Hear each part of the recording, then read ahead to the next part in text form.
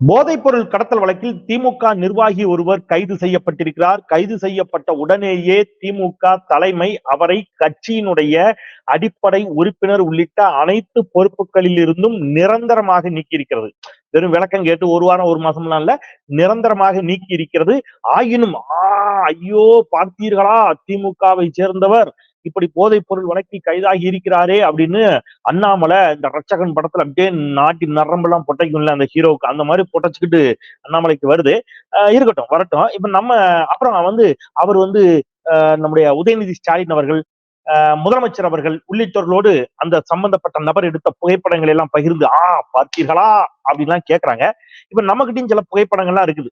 மோடியோட எடுத்த புகைப்படம். அவன் யாருன்னு கேட்டீங்கன்னா, அவன் பொம்பளை பிள்ளைய பாலியல் வல்லுறவு செய்த கொடூரமான குற்றவாளிகள். இவன் எல்லாம் மோடியோட எல்லாம் போட்டோ எல்லாம் எடுத்திருக்கிறான். போட்டோ எடுத்தது மட்டும் இல்ல, அந்த கட்சியில மிக முக்கிய பொறுப்புலையும் இருக்கிறான். இப்ப அந்த போட்டோவெல்லாம் நம்மளும் காட்டுவோம் இல்லையா, காட்டி நம்மளும் சில கேள்வி எல்லாம் கேட்க வேண்டியது. அது ஒரு பக்கம். இன்னொரு பக்கம், ஒரு 5 லட்சம் கோடி, 1 ரூபாய் 2 ரூபாய்ல 5 லட்சம் கோடி மதிப்புள்ள மிக கொடுமையான போதைப் பொருள். அது எங்க போச்சுன்னே தெரியல. ஒன்றிய அரசு ராஜ்யசபாவில் சொன்ன தகவலின் அடிப்படையில் ஒரு விசாரணை நடத்துகிறது. எது? ஒரு தனியார் தொலைக்காட்சி, சத்தியம் தொலைக்காட்சி, இது குறித்து ஒரு செய்தி வெளியிட்டாங்க. அதுல ஒன்றிய அரசு இவ்வளவு காலம் போதைப் பொருள் கைப்பற்றப்பட்டிருக்குன்னு சொல்றாங்க. அதுல சுமார் 5 லட்சம் கோடி மதிப்பிலான போதைப் பொருள் கணக்கிலேயே காட்டப்படல. இந்த கணக்கில் வராத 5 லட்சம் கோடி போதைப் பொருள் எங்கே சென்றது? பாஜக இதற்கு பதில் சொல்லுமா? அண்ணாமலை மானம் உள்ளவரா இருந்தா இதற்கு பதில் சொல்லுவாரா? உள்ளிட்ட கேள்விகளோடு விரிவாக நம்ம இன்னைக்கு இந்த வீடியோவிற்குள் செல்ல இருக்கின்றோம். வீடியோவிற்குள் சொல்லுவோம். அனைவருக்கும் வணக்கம். இது தமிழ் கேள்வி. மீண்டும் உங்களை சந்திப்பதில் மிக்க மகிழ்ச்சி. நான் செந்தில் வேல் வீச்சு. தமிழ் கேள்வியை சப்ஸ்கிரைப் பண்ணி உங்கள் ஆதரவை தாருங்கள் அப்படின்னு கேட்டுக்கிட்டு, இப்ப திமுக நிர்வாகி ஒருவர் கைது செய்யப்பட்டு விட்டார். அவரை கட்சியிலிருந்து உடனடியாக திமுக தலைமை நீக்கி இருக்கிறது. போதை உள்ளிட்ட போதைப் பொருட்களால் இளைய சமூகம், இளைஞர்கள் எவ்வளவு சீரழிக்கப்படுகிறார்கள் அப்படிங்கிறது நாம ஒவ்வொருவரும் கண் முன்னாடி பாக்குறோம். அது பெரும் கவலை அளிக்கக்கூடிய ஒன்று. இதுல திமுக, அதிமுக, பாஜக, ஏபிசி இந்த கட்சியெல்லாம் இல்ல, எந்த கட்சிக்காரனா இருந்தாலும் இது கடுமையாக தண்டிக்கப்பட வேண்டியது. இந்த சம்பந்தப்பட்ட திமுக இன்னைக்கு தேதிக்கு நான் பேசும்போது அவர் முன்னாள் நிர்வாகி, ஏன்னா கட்சியை விட்டு நீக்கிட்டாங்க. இப்ப அவர் மீது கடும் நடவடிக்கை, சட்ட நடவடிக்கை எடுக்கப்பட்டு அவர் கடுமையான சட்டங்களின் கீழ் அவரை நீங்க சட்டத்துக்கு உட்பட்டு தண்டியுங்கள். அதுதான் சரியானதாக இருக்கும். அது முறையானதாக இருக்கும். அதை நான் ரொம்ப ஆழமா பதிவு செய்து கொண்டு, இப்ப எனக்கு சில கேள்வி இருக்குது. இப்போ அவர் திமுக கட்சியில் இருந்தவர் அப்படிங்கிறதுனால இன்னைக்கு ட்விட்டர்ல திமுக தலைமையை நோக்கி ஏராளமான கேள்விகளை பாஜக கேட்கிறது. தார்மீக உரிமை பாஜகவிற்கு இருக்கிறது. எதிர்கட்சியாக கேட்பதற்கு உரிமை இருக்குது, அதுல மாற்று கருத்து இல்ல. ஆனா ஒரு நாடாளுமன்ற உறுப்பினர் இப்படி ஒரு ஆள் கட்சியில இருக்கிறான்னு யாருக்கும் தெரியாது. இன்னைக்கு இவர் கைதானதுக்கு அப்புறம் தான் இப்படி ஒரு ஆள் இருக்காருன்னு தெரியும். ஆனால் இந்திய நாட்டினுடைய சட்டத்தை இயற்றக்கூடிய நாடாளுமன்றத்தினுடைய மாண்புமிகு அவையில் இருக்கக்கூடிய ஒரு உறுப்பினர் பிரிஜ் பூஷன் சிங் பாலியல் ரீதியாக தொல்லை கொடுத்தார் என்று விளையாட்டு வீராங்கனைகள் மாத கணக்கில் தெருவில் போராடினார்கள். இந்த நிமிடம் வரை அந்த பிரிஜ் பூஷன் சிங்கை கட்சியை விட்டு கூட நீக்காத பாரதிய ஜனதா கட்சிக்கு திமுக உள்ளிட்ட எந்த கட்சிகளையும் பற்றி பேசுவதற்கு அருகதையோ தகுதியோ இல்லை அப்படிங்கிறத நான் திருப்பி சொல்றேன். இந்த விவகாரத்துல திமுகவை கேள்வி கேட்பதற்கான உரிமை பாஜகவிற்கு இல்லைன்னு சொல்றேன். நீங்க மற்றவங்க கேட்கலாம், நீங்க மற்ற கட்சிகளுக்கு அந்த அடிப்படை உரிமை இருக்குது, ஆனா பாஜகவிற்கு என்ன கிடையாது, இதை பத்தி பேசுறதுக்கு என்ன கிடையாதுங்க, தகுதி கிடையாதுன்னு சொல்றேன். ஏன்னா இங்கே இவர் கோர்ட்டுக்கு அழைத்து செல்லப்படுத்தும், அவர் குற்றவாளி என்று நிரூபிக்கப்படுத்தும் அப்படிலாம் பேசல. அவர் கைதான் அடுத்த நிமிஷம் திமுக தலைமை கட்சியினுடைய அடிப்படை உறுப்பினர் உள்ளிட்ட அனைத்து பதவிகளிலிருந்தும் அவரை நீக்கிட்டாங்க. கட்சிக்கு அவருக்கு மேல எந்த சம்பந்தமும் கிடையாது. கட்சி அவரை காப்பாத்தாது. ரைட், முடிச்சிட்டாங்கல்ல. பாஜக ஏன் இப்படி மல்யுத்த வீராங்கனைகள் சொன்ன குற்றச்சாட்டின் அடிப்படையில் பிரிஜ் பூஷன் சிங்கை குறைஞ்சபட்சம் நீங்க கட்சியை விட்டு நீக்க வேண்டாம், அவரை நாடாளுமன்ற உறுப்பினர் பதவியிலிருந்து அவர் ராஜினாமா செய்ய சொல்லலாம்ல. விளையாட்டு வீரர்கள் தாங்கள் வாங்கிய மிகப்பெரிய நாட்டினுடைய புகழ்பெற்ற மதிப்பு மிக்க விருதுகளை எல்லாம் டெல்லியில சாலையில் வைத்து விட்டு சென்றார்கள். எங்களுக்கு இந்த விருது வேண்டாம், அவர் மீது நடவடிக்கை எடுங்க என்று கதறினார்கள், கெஞ்சினார்கள், போராட்டம் நடத்தினார்கள். இந்த மானங்கெட்ட இந்த பாரதிய ஜனதா கட்சி அவர்கள் மீது எந்த நடவடிக்கை எடுக்கல. சரி, டெல்லியில அப்படி விட்டுருவோம். தமிழ்நாட்டுக்கு வாங்க. ஆருத்ரா கோல்டு நிதி நிறுவன மோசடி வழக்கில் குற்றம் சாட்டப்பட்ட குற்றவாளிகள் அல்லது குற்றம் சாட்டப்பட்டவர்கள், அப்படியே சரியான வார்த்தைகளை பயன்படுத்தும், குற்றம் சாட்டப்பட்டவர்கள் இல்லையா, அவங்கள வந்து காவல்துறை நடவடிக்கைக்கு உட்படுத்தி அதுல சட்ட ரீதியிலான நடவடிக்கைகளுக்கு நகருகிறது. அதுல எத்தனை பேரப்பா நீங்க கட்சி விட்டு நீக்கிருக்கீங்க? அண்ணாமலை சொல்லு, பதில் சொல்லு. எத்தனை பேரை கட்சி விட்டு நீக்கி இருக்கிற? நீ நீக்கிட்டியா எல்லாரையும்? இல்ல. அப்ப நான் என்ன சொல்றேன், எல்லா கட்சியிலும் இப்ப நான் ஏன் பாஜகவை மட்டும் இவ்வளவு கடுமையா விமர்சிக்கிறேங்கிறத நான் திருப்பியும் சொல்றேன். திமுக, அதிமுக, எல்லா எத்தனையோ கட்சி நீங்க எடுத்துக்கங்க. எல்லா கட்சியிலும் இருக்கக்கூடிய நிர்வாகிகள் மீது ஏதேனும் ஒரு வழக்கு இருக்கும் அல்லது ஏதேனும் குற்றச்செயல்களை அவர்கள் செய்வார்கள். ஆனா அந்த கட்சி அதை காப்பாத்துதா, அவரை காப்பாற்ற முயற்சிக்கிறதா, அந்த கட்சி அந்த குற்றத்தை ஆதரிக்கிறதா, துணை போகிறதா, அல்லது அந்த கட்சியினுடைய தலைமை அதை கண்டிக்கிறதா அப்படிங்கிற இடம் இருக்குல்ல, அதுல மற்ற கட்சிகள், பாரதிய ஜனதா கட்சியை தவிர மற்ற கட்சிகள் தங்கள் கட்சியில் இருக்கக்கூடிய ஒரு நிர்வாகியின் மீது இந்த மாதிரி குற்றச்சாட்டு வருகிறது அல்லது அவர் வந்து கைது செய்யப்படுகிறார், அவர் மீது வந்து இந்த மாதிரியான வழக்கு, நான் சொல்றது ஒரு பாலியல் வழக்கு அல்லது வந்து இந்த மாதிரி போதைப் பொருள் கடத்தப்பட்ட வழக்கு அல்லது இந்த மாதிரியான வழக்குகள் வருகின்ற பொழுது அந்த கட்சியினுடைய தலைமை அவரை கட்சியிலிருந்து நீக்குகிறது. நாட் ஒன்லி திமுக, மற்ற கட்சிகளிலும் இந்த முறை இருக்குது. ஆனா பாஜக அதை செய்யுதா? அப்போ உங்களுக்கு என்ன கிடையாது, பேசுறதுக்கு ரைட்ஸ் கிடையாது ஒண்ணு. அப்புறம் முதலமைச்சரோடு எடுத்த புகைப்படத்தை போட்டு ட்விட்டர்ல ட்ரெண்ட் பண்ணிட்டு இருக்காங்க. பார்த்தீர்களா, முதலமைச்சரோடு இவர் படம் எடுத்திருக்கிறார், உதயநிதி ஸ்டாலினோடு படம் எடுத்திருக்கிறார் அப்படின்னு. இப்ப நான் ஸ்கிரீன்ல எடிட்டர் அந்த போட்டோ காட்டுங்க, அந்த போட்டோ. எஸ், பாக்குறீங்களா அந்த போட்டோ? இதான். இப்ப இந்த குற்றவாளிகள் யார் கூட? பிரதமரோடு இருக்கிறான். இவன் யாருன்னு கேட்டீங்கன்னா, இவனோட சேர்ந்து 3 பேரு. இந்த 3 குற்றவாளிகள் பனாரஸ் இந்து பல்கலைக்கழகத்தில் ஒரு மாணவியை மிக கொடூரமாக பாலியல் வல்லுறவு செய்த குற்றவாளிகள். இவனை கைது கூட செய்யல பாஜக. நீண்ட நெடும் போராட்டத்திற்கு பிறகு 3-4 மாதம் எதிர்க்கட்சிகள் அங்கே கடுமையாக போராடிய பிறகு இந்த அயோக்கிய பயலுகளை கைது பண்ணீங்க. இப்ப இந்த அயோக்கிய பயலு அவ்வளவு பேரும் பிரதமரோடையே போட்டோ எடுத்திருக்கிறான். பிரதமரோடையே புகைப்படம் எடுத்த காரணத்தினால் பிரதமரை வந்து நீங்க வந்து குற்றம் சாட்டுவீர்களா, அல்லது பிரதமர் வந்து இந்த குற்றவாளிகளுக்கு துணை போகிறார் அல்லது பிரதமர் வந்து இந்த குற்றவாளிகளை காப்பாற்ற முயற்சிக்கிறார் என்று ஒரு குற்றச்சாட்டை சொன்னால் அது பொருத்தமானதாக இருக்குமா, அது ஏற்புடையதாக இருக்குமா?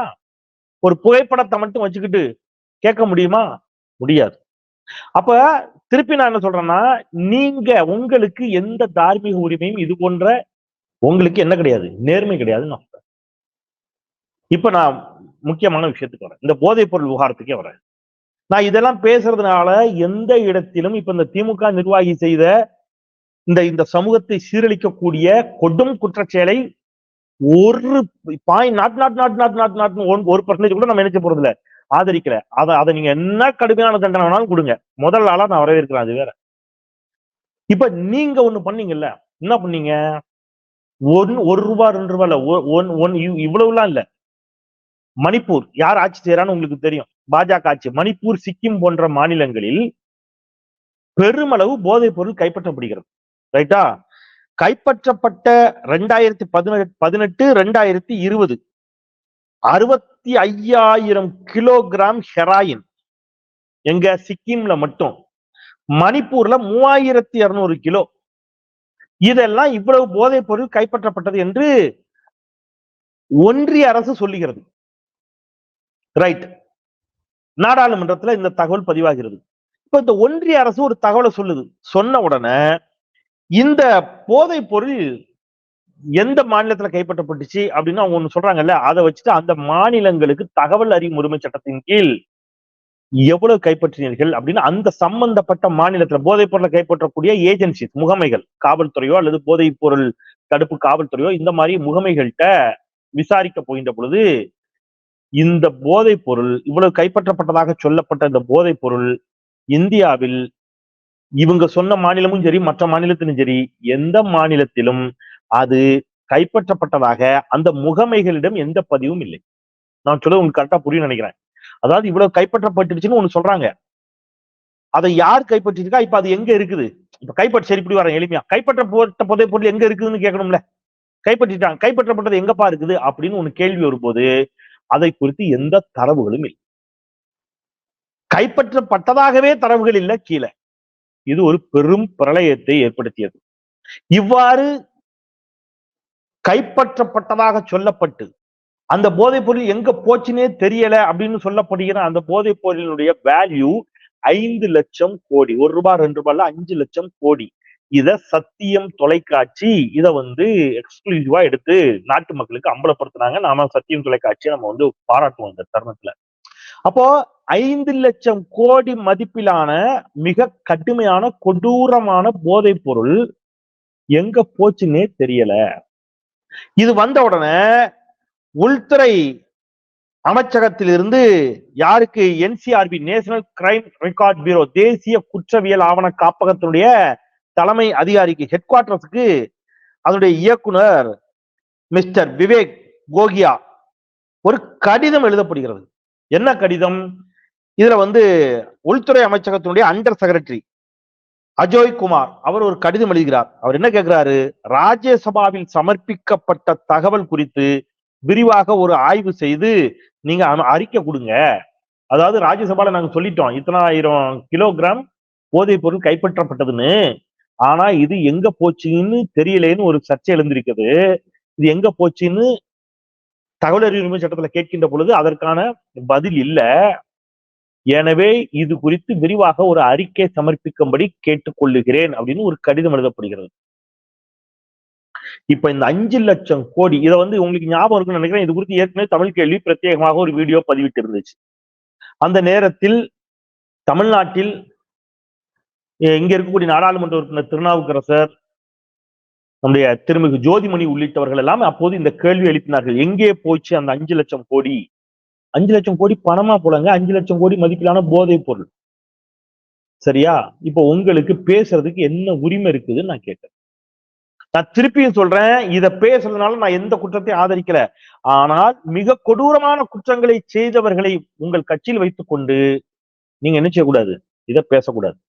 இப்ப நீங்க செல்போன்ல இதை பார்த்துட்டு இருந்தீங்கன்னா சும்மா கேஷுவலா நீங்க என்ன பண்ணுங்க, அடிங்க போதைப் பொருள் பாஜக அப்படின்னு அடிச்சீங்கன்னா தமிழ்நாட்டுல நான் அதையும் உங்களுக்கு போட்டோவா காட்டுறேன். திருச்சி போதைப் பொருள் கடத்தல் வழக்கில் பாஜக நிர்வாகி உள்ளிட்ட 5 பேர் கைது 2020. சரியா? இதுல அந்த ஒப்பியத்தை அதுல கடத்தி இருக்கிறாங்க. இதுல யாரெல்லாம் கைது செஞ்சிருக்கிறாங்க? இந்த கடத்தலில் முக்கிய நபராக செயல்பட்ட அடைக்கலராஜ் பெரம்பலூர் மாவட்ட பாஜக இளைஞரணி தலைவர், மாவட்ட பொதுச் செயலாளர் ஆகிய பதவிகளை வகித்தவர் என்பதும் தற்போது மாவட்ட துணைத் தலைவராகவும் பாஜகவினுடைய ஓபிசி அணியின் மாநில செயற்குழு உறுப்பினராகவும் இருப்பது தெரிய வந்துள்ளது. இப்போ பாஜக காரங்க கடத்திருக்காங்க, ஒப்பியத்தை கடத்திருக்காங்கன்னு கைது செய்யப்பட்டிருக்கிறார்கள். இப்ப இவங்க இதுக்கு யார் இப்போ யார்கிட்ட போய் கேள்வி கேட்கணும்? அண்ணாமலைட்டியா, மோடிட்டியா, அமித்ஷாட்டியா, ஜேபி நட்டாட்டியா? யாருக்கிட்ட கேள்வி கேட்கணும்? நீங்க சும்மா போதைப் பொருள் அப்படின்னு அடிச்சு பாத்தீங்கன்னா கூகுள் அடிங்க. கடந்த ஆண்டு ஆகஸ்ட் 16ஆம் தேதி கூட 1026 கோடி மதிப்புள்ள 513 கிலோ போதைப் பொருள் சிக்கி இருக்கிறது. எங்க தெரியுமா? இதெல்லாம் அதானியுடைய துறைமுகத்துல. இந்தியாவிற்குள் ஊடுருவுவதாக சொல்லப்படுகின்ற போதைப் பொருளில் பெரும் அளவிலான போதைப் பொருள் குஜராத்தில் இருக்கக்கூடிய அதானி துறைமுகத்தின் வழியாகத்தான் வருகிறதுன்னு ஒரு சர்ச்சை நீண்ட நாட்களாக ஓடுகிறது. காரணம், அதானி துறைமுகத்துல அவ்வளவு போதைப் பொருள் பல முறை பிடிபட்டு இருக்குது. பிடிபட்டதே எவ்வளவுன்னா எஸ்கேப் ஆனது எவ்வளவு அப்படிங்கிற கேள்வி அவங்க வைக்கிறாங்க. முந்த்ரா துறைமுகத்தில், அதானியோட துறைமுகம் குஜராத்தில் இருக்குது, 3000 கிலோ போதைப் பொருள் கைப்பற்றப்படுது. இது இன்னொரு செய்தி. எங்களுக்கு அதிகாரம் இல்லை என்று அதானி குரூப் விளக்கம் அளித்தது அப்படின்னு ஒரு பத்திரிகை செய்தி. இப்போ இதுக்கு யார்கிட்ட கேட்கறது? அப்ப இதற்கெல்லாம் இவங்கதான் பொறுப்பு. இதுல குஜராத்தில் கைப்பற்றப்பட்டது, எனவே குஜராத்தை ஆளுகின்ற பாஜக தான் இதற்கு பொறுப்பு. அதானி துறைமுகத்தில் கைப்பற்றப்பட்டது, எனவே அதானி தான் பொறுப்பு. இப்படிலாம் நீ பேசுறியா? என்ன லாஜிக்? அப்ப திருப்பி நான் என்ன சொல்றேன்னா, ஒரு கட்சியில நடக்கக்கூடிய தவறுகளை அந்த கட்சி கண்டிக்கிறதா, அவர்களின் மீது நடவடிக்கை எடுக்கிறதா, அவர்களை கட்சியை விட்டு நீக்குகிறதா, அல்லது அவர்களை ஆதரிக்கிறதா? இதான் பேச்சு. அப்ப திமுக அவங்க கட்சியில இந்த மாதிரியான குற்றச்செயல்களை செய்தார்கள் என்ற செய்தி வருகின்ற பொழுது அவர்களை உடனடியாக கட்சியிலிருந்து நீக்குகிறது. மாறாக பாஜக ஏதாவது பதவி கொடுத்து அழகு பார்க்கிறது. இதுதான் வித்தியாசம். நீங்க உத்தரப்பிரதேசத்துல 4 பேரை காரை விட்டு அடிச்சான்னு நம்ம பார்த்தோம். அவனை நீங்க கைது பண்றதுக்கு எவ்வளவு நாள் ஆச்சு? சரி, அந்த உள்துறை இணையமைச்சர் பதவியை நீக்கிட்டீங்களா? அல்லது உள்துறை இணையமைச்சர் குறைந்தபட்சம் பதவி விட்டு விலகினாரா? 7,5 லட்சம் கோடி ஊழல்னு வந்துச்சு. அந்த ஊழல் வழக்குல நீங்க யார் மீதாவது நடவடிக்கை எடுத்தீர்களா? மாறாக யார் மீது நடவடிக்கை எடுத்தீர்கள்? நீங்க ராஜினாமா பண்ணீங்களா? அமைச்சர் ராஜினாமா பண்ணாரா? பாஜக பொறுப்பெடுத்துக்கிட்டானா? இல்ல. மாறாக சிஏஜி சொல்லிச்சுல்ல, அந்த சிஏஜி அதிகாரிகளின் மீது நடவடிக்கை எடுத்து நீங்க அதிகாரிகளை மாத்துனீங்க. அப்ப நான் திருப்பி என்ன சொல்றேன்னா, தமிழ் கேள்வி சொந்தங்களே, நேர்மை இப்படிலாம் பேசுவோம். அந்த வார்த்தையே பாஜக பேசக்கூடாதுங்க. ஒரு வீட்டிலேயே ஒரு பையன் தப்பு பண்றான்னு, அவங்க அப்பா அதனை கண்டிக்கிறாரா அல்லது வெரி குட் நீ பண்ணுன்னு சொல்றாரா? இதான் பிரச்சனை. அவன் தந்தை அந்த பிள்ளையை கண்டித்தால் அது நன்று. அது இங்க திமுக, விசிக, கம்யூனிஸ்ட் கட்சி, மதிமுக, காங்கிரஸ், ஈவன் அதிமுக, நாம் தமிழர், பாமக, இப்படி பல கட்சிகளிலும் உங்களுக்கு அதுல கூட குறையா இருக்கலாம், விமர்சனம் இருக்கலாம், அது வேற. ஆனால் எந்த கட்சியும் ஒரு பெரும் கொடூர குற்றவாளியை இங்கே பாதுகாக்க வேண்டும் என்று நினைப்பதில்லை, பாஜகவை தவிர. மற்ற எல்லா கட்சியுமே கொடுமையான குற்றவாளிகளை, கடுமையான குற்றவாளிகளை அவர்கள் என்ன செய்யறதில்லை, என்கரேஜ் பண்றது இல்லை. ஆனால் பாஜக முழுக்க கொடும் குற்றவாளிகளை என்கரேஜ் செய்கிறீர்கள். உங்க கட்சியில சேர்க்கிறதே அப்படி ஆட்கள நீங்க சேர்க்கிறீங்க. ரவுடி, கடத்தல் பண்றவன், இவனுக்கு எல்லாம் பதவி. இந்த லட்சணத்துல நீங்க என்ன செய்யக்கூடாது, இதை பற்றி பேசக்கூடாது அண்ணாமலை அவர்களே. அதைத்தான் நான் இங்க பதிவு செய்கிறேன். எனவே இந்தியாவுல அப்புறம் இன்னொன்னு சொல்றேன், பாஜக ஆட்சிக்கு வந்த பிறகுதான் இங்க இது அதிகரிக்குது. அதையும் நீங்க கவனிக்கணும். 2014க்கு முன்னாடி இவ்வளவு கிடையாது இந்தியாவில போதை பொருள் புழக்கம். இப்ப தமிழ்நாட்டுக்கோ அல்லது கேரளாவுக்கோ மணிப்பூருக்கோ எங்க வந்தாலும் இந்திய எல்லையின் இந்தியாவுக்குள்ள வருதுன்னா வெளிநாட்டிலே தானே வருது. இந்திய எல்லைக்குள் வருகிறது என்று சொன்னால் வெளிநாட்டிலிருந்து தானே வருகிறது. வெளிநாட்டிலிருந்து வருகிறது என்று சொன்னால், வெளிநாட்டிலிருந்து இந்திய எல்லைக்குள் போதைப் பொருள் வருகிறது என்று சொன்னால் அதை கட்டுப்படுத்த வேண்டிய பெரும் பொறுப்பு இங்க இருக்கக்கூடிய மாநில அரசுக்கு இருக்குதா, ஒன்றிய அரசுக்கு இருக்குதா? அப்ப ஒன்றிய அரசு என்ன செய்கிறது? இது போன்ற பல கேள்விகள் எழுகிறது. மீண்டும் சொல்லுகிறேன், இந்த போதை பொருட்கள் இளைய சமூகத்தை சீரழித்துக் கொண்டிருக்கிறது. பெருமளவில் அதில் சிக்கி இளைஞர்கள் சீரழிகிறார்கள். எந்த கட்சியினராக இருந்தாலும் சரி, அது ஒரு பெரும் பாவம். ஒரு சமுதாயத்தையே, ஒரு சமூகத்தை, ஒரு அடுத்த தலைமுறையவே நம்ம சீரழிச்ச ஒரு பெரும் பாவத்திற்கு நீங்கள் ஆளாவீர்கள். எனவே அந்த பாவத்தை செய்யாதீர்கள். அரசு கடும் நடவடிக்கை எடுக்கட்டும், சட்ட ரீதியிலான நடவடிக்கை எடுக்கட்டும், குற்றவாளிகள் கடுமையாக தண்டிக்கப்படட்டும். உடனடியாக அவர்களை கட்சியிலிருந்து நீக்கி அவர்களுக்கு இந்த கட்சி எந்த ஆதரவும் தெரிவிக்காது என்று துறை ரீதியாக நீ நடவடிக்கை எடுத்துக்கோ. காவல்துறை கட்சி ரீதியாக என் கட்சிக்காரன் அவனை கட்சியிலிருந்து நீக்கிறேன் என்று சொல்லி கட்சியிலிருந்து நீக்கி இருக்கக்கூடிய திமுக தலைமைக்கும் வாழ்த்துக்களையும் பாராட்டுகளையும் சொல்லி என்ன வேணாலும் அயோக்கியத்தனம் பண்ணுங்க, நாங்க எங்க கட்சியில எந்த நடவடிக்கையும் எடுக்க மாட்டோம் என்று சொல்லுகின்ற பாஜக தலைமைக்கு வன்மையான கண்டனங்களையும் சொல்லி மீண்டும் ஒருமுறை தமிழ் கேள்வி சப்ஸ்கிரைப் செய்து உங்கள் ஆதரவை தாருங்கள் என்று வேண்டி கேட்டு விடைபெறுகின்றேன். குரலற்றவர்களின் குரலாய் நான் செந்தில். நன்றி.